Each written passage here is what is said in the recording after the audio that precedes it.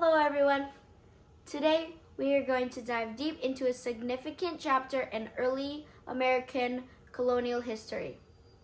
The Pequot War that took place from 1636 to 1638.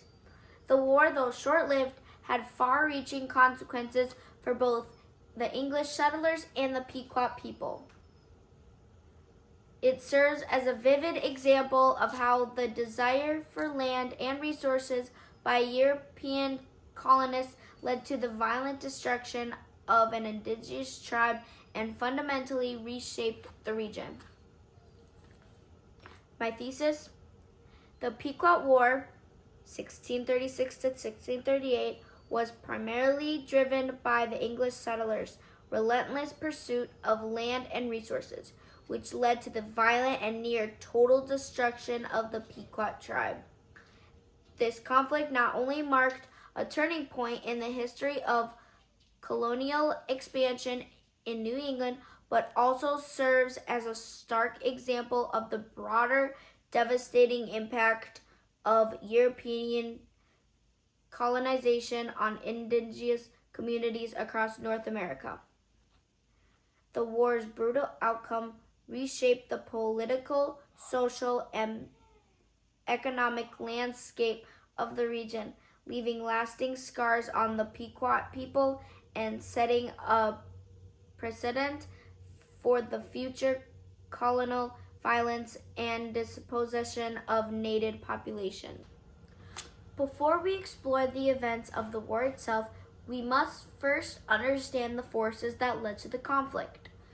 The English settlers who arrived in New England in the early 1600s sought to establish permanent colonies, a process that was heavily reliant on acquiring land and resources. To the English, land was a commodity, a resource essential for survival, prosperity, and the growth of their colonies.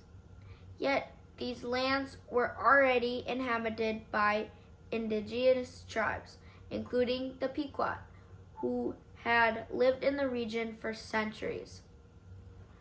One of the first sources we'll look at is William St-John's 1636 letter to John Winthrop. St-John, a prominent figure in the Massachusetts Bay Colony, describes the escalating tensions between the Pequot and English settlers.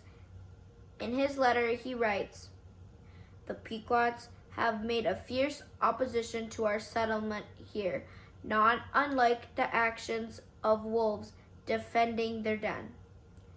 This vivid comparison frames the Pequot as wild, aggressive, and irrational, much like dangerous animals that must be dealt with. St-John's letter reveals a mindset that was not unusual among European colonists in the Americas. The settlers viewed the land as theirs for the taking, and any resistance, whether by the indigenous people or otherwise, was seen as an obstacle to be removed. St-John's letter highlights the English settlers' framing of the Pequot as enemies of civilization. The settlers often viewed their territorial expansion as a moral mission, one that was justified by their belief in European superiority and the civilizing influence of English culture. The Pequot, in this context, were framed as barbaric and needing to be subjugated in the name of progress. In the years leading up to the Pequot War, tensions between the Pequot and the English settlers continued to grow. The catalyst for the war was the murder of an English trader, John Oldham, by members of the Pequot tribe in 1636. The act of violence was seen by the settlers as an attack on their economic interests and a direct challenge to their growing power in the region. In John Harris's 1637, a true account of the Pequot War, received an eyewitness perspective on the early stages of the war. Harris recounts the violence that followed Oldham's death, with the English settlers retaliating against the Pequot by attacking their villages. He writes, "The Pequot came upon us like a plague, and we were forced to defend ourselves in the most severe of manners. Our revenge was swift, and their lands became ours." Harris's account illustrates how English settlers framed the conflict not as a misunderstanding, but as a battle for survival. The settlers saw the Pequot as not just a political threat, but as an existential one. The language Harris uses, plague and revenge, shows the settlers' view that the Pequot were a scourge that needed to be eradicated for English survival in the region. The massacre that followed was not an isolated event, but part of a broader pattern of violent action. The English had no hesitation in using overwhelming force to protect their settlements, which is a clear indicator of the colonial mindset. Violence as a means of occupation. As we move further into the conflict, we will see just how extreme the measures taken by the English were, and how these actions were justified in the name of survival and colonial expansion. One of the most horrific and defining moments of the Pequot War occurred on May 26, 1637, at the Mystic Massacre. This event, where English forces and their indigenous allies attacked a Pequot fort, resulted in the deaths of over 500 Pequot men, women, and children. The massacre was a turning point in the war, marking the near total destruction of the Pequot tribe. In John Mason's 1637, A Platform of the Pequot War, he provides a graphic and detailed description of the attack. He states, "We came upon them at dawn and set the fort afire. Those who fled were struck down by our shoulders, and the rest perished in the flames." Mason's account emphasizes the brutality of the attack, portraying it as a justified act of war. He frames the destruction of the Pequot as necessary for the survival of the English colonists.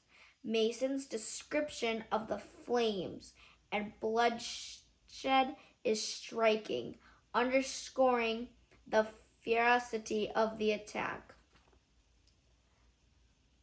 Mason also portrays the massacre as a heroic moment for the English settlers, justifying it with phrases like, "By God's will, we destroyed the Pequot, and in doing so, we secured our future here." This rhetoric mirrors the colonial justification for many violent acts in history, where actions that resulted in widespread suffering were framed as acts of divine providence or moral necessity. In the eyes of the English, the Pequot were obstacles, and their destruction was seen as essential for the expansion of European power. One critical aspect of the Pequot War was the use of indigenous alliances. The English settlers, seeking to destroy the Pequot, formed alliances with the rival tribes such as the Narragansett and Mohegan. These tribes, who had long-standing grievances with the Pequot, were more than willing to assist the English in their campaign of destruction. The Narragansett account of the Pequot War, 1638, provides an indigenous perspective on these alliances. In their account, the Narragansett leaders explain their motivations for siding with the English. The Pequot were a scourge upon our people. We joined with the English to rid ourselves of this threat. Their promises of trade and protection was irresistible. This reveals how the English used existing tribal rivalries to their advantage, aligning themselves with groups who were already enemies of the Pequot. The alliance between the English and these indigenous groups was not born of shared values or cultures, but was motivated by mutual political interests. However, it's essential to understand the complexity of these alliances. While the Narragansett and Mohegan benefited from the destruction of the Pequot, they were not simply pawns in a colonial strategy. They had their own motivations and agendas. By analyzing this source, we see that the English did not solely rely on military force, but also strategically manipulated existing rivalries among indigenous groups to further their colonial goals. By the summer of 1638, the Pequot tribe had been effectively eradicated. The English settlers, with the aid of their indigenous allies, systematically hunted down the remnants of the Pequot population. Many Pequot survivors were either killed outright or sold into slavery, marking the near total extinction of the tribe. In Richard Smith's 1638, A Relation of the Pequot War, Smith offers a chilling account of the final stages of the war. There was no place left where the Pequot could hide. From swamps to forests, we pursued them relentlessly until none of them were left to resist. This passage highlights the relentless pursuit of the Pequot survivors and illustrates how the English did not just seek military victory, but complete annihilation. Smith's language, no place to hide, and relentless pursuit demonstrates the English intent to destroy the Pequot, a tactic that was not uncommon in colonial conflicts with indigenous peoples. This final act of extermination was not simply a consequence of war. It was a deliberate, systematic effort to remove the Pequot from the land. The English justified their actions by claiming that they were making the land safe for settlement, and that the Pequot had forfeited their right to the land by their resistance.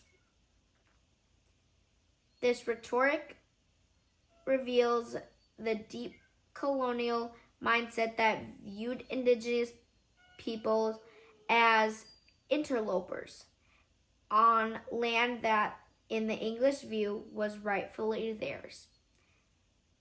As Hayfley and Johnson note in the Pequot War, a historical narrative, 2013, the Pequot War was not just a local conflict, but a foundational moment in the broader expansion of the English power in New England.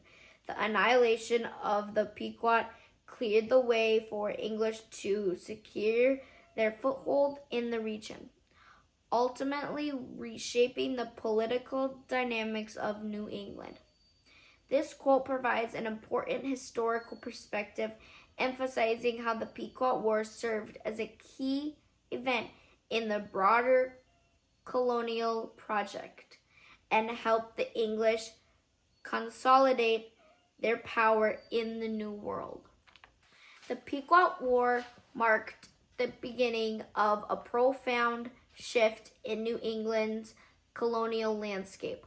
With the Pequot destroyed, the English settlers now had control over much of Connecticut and Rhode Island, lands that once belonged to the Pequot people. The result was the rapid expansion of English settlers and the consolidation of their power. In John Davenport's The Account of the Pequot War, 1637, Davenport reflects on the political and social changes that followed the war. The Pequot lands are now in our hands, and we will build settlements to secure our future. Davenport's account underscores the economic and political consequences of the war.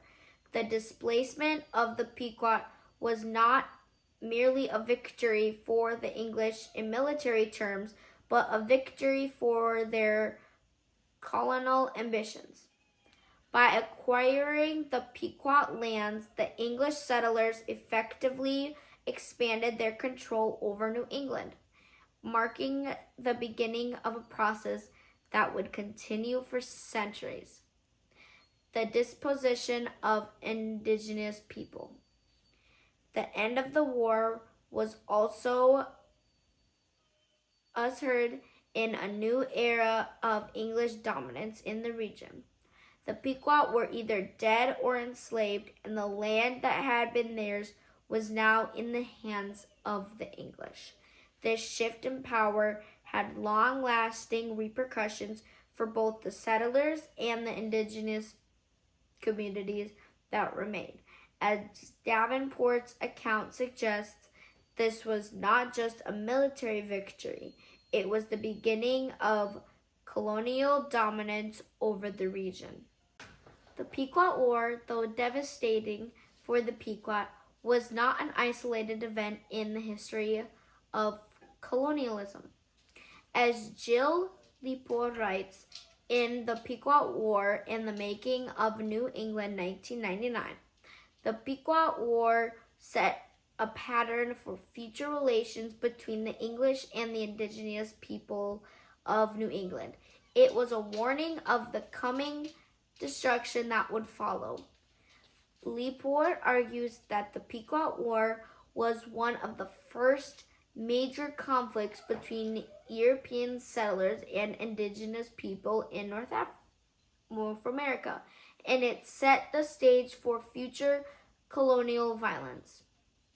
The Pequot War was not just a war over land, it was an early example of the brutal and systematic violence that would characterize European colonization through the Americas.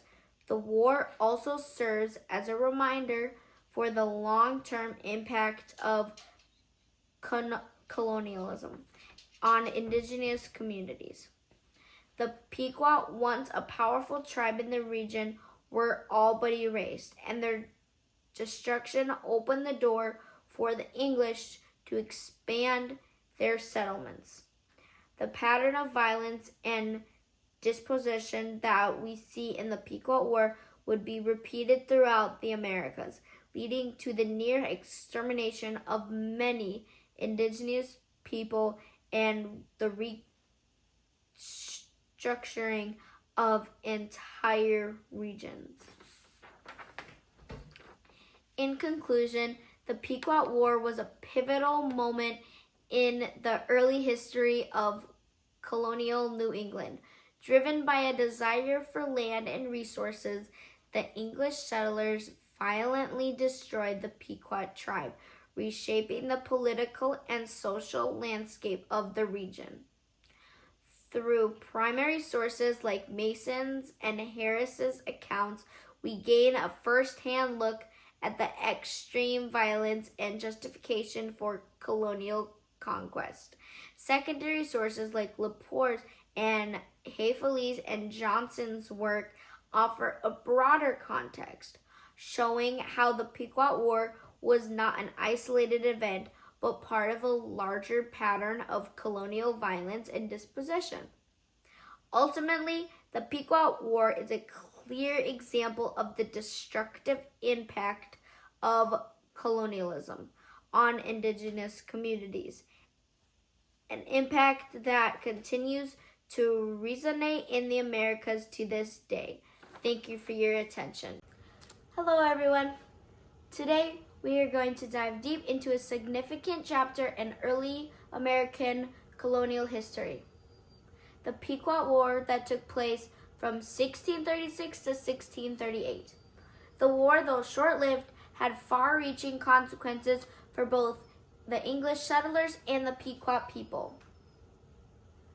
It serves as a vivid example of how the desire for land and resources by European colonists led to the violent destruction of an indigenous tribe and fundamentally reshaped the region. My thesis: the Pequot War, 1636 to 1638, was primarily driven by the English settlers' relentless pursuit of land and resources, which led to the violent and near total destruction of the Pequot tribe. This conflict not only marked a turning point in the history of colonial expansion in New England, but also serves as a stark example of the broader devastating impact of European colonization on indigenous communities across North America. The war's brutal outcome reshaped the political, social, and economic landscape of the region, leaving lasting scars on the Pequot people and setting a precedent for the future colonial violence and dispossession of native populations.